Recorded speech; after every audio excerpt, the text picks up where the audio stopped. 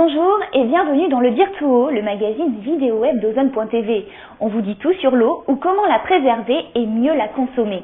Je vous ai rapporté quelques petits souvenirs exotiques de mes vacances, des plantes chameaux et un sourcier pour ne jamais manquer d'eau. Mais tout d'abord, je vous emmène cueillir de la fleur en bord de plage, histoire de garder ce teint allé que nous avons travaillé tout l'été. Classés depuis 1996, les marais salants de l'île de Guérande constituent un site remarquable du patrimoine mondial. Aujourd'hui, dans les marais salants, nous comptons environ 250 paludiers qui récoltent 12 000 tonnes de sel par an. Mais le caviar de paludier est restaurateur et la fleur de sel.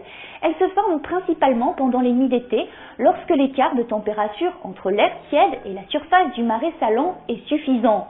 Contrairement à la récolte du sel qui s'opère une seule fois par an à l'aide d'engins agricoles, la fleur de sel, elle, est prélevée à la main et quotidiennement à l'aide d'une louche à la surface des bassins.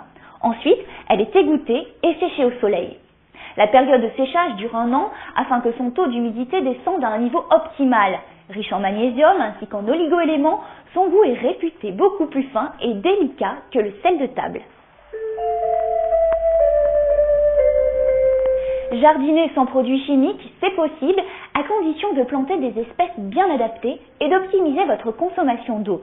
Nous sommes allés au Jardin de la Terre, où Roland Motte entretient un jardin au naturel.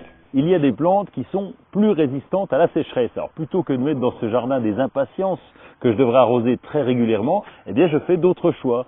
J'ai choisi par exemple les goras qui font ces petites fleurs roses un petit peu farfelues qui volent au vent. Il y a l'armoise aussi qui est une plante très résistante quel que soit le sol. Et puis j'installe également des sédums qui eux peuvent se passer d'arrosage régulièrement. Plus la feuille est épaisse comme ça, et en général plus c'est une plante qui est résistante à la sécheresse. Si vous voulez trouver la source, suivez cet homme et plus précisément suivez ses baguettes. Mais d'où vient ce don qui permet d'identifier des sources d'eau à plusieurs mètres sous terre? On intervient de plus en plus parce que l'eau devient de plus en plus rare.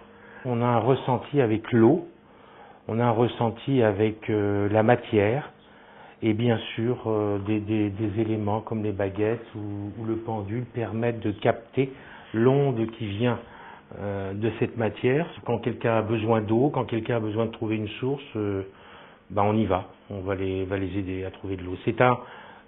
On est dans une logique d'harmonie, de fraternité, c'est-à-dire on aide les gens qui en ont besoin. Les agriculteurs qui, soit après un tremblement de terre ou autre chose, n'ont plus d'eau, c'est vital, on le voit dans les Hauts-de-Vosges.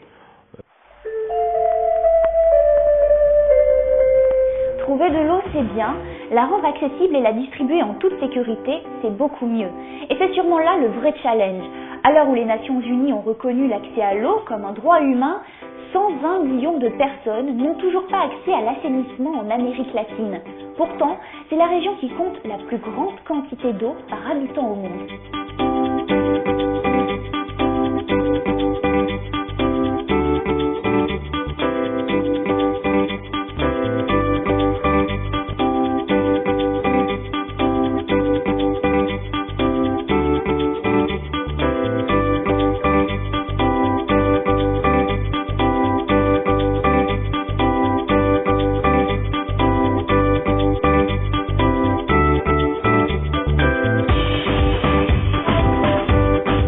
Voilà, le Dire tout haut, c'est terminé pour aujourd'hui.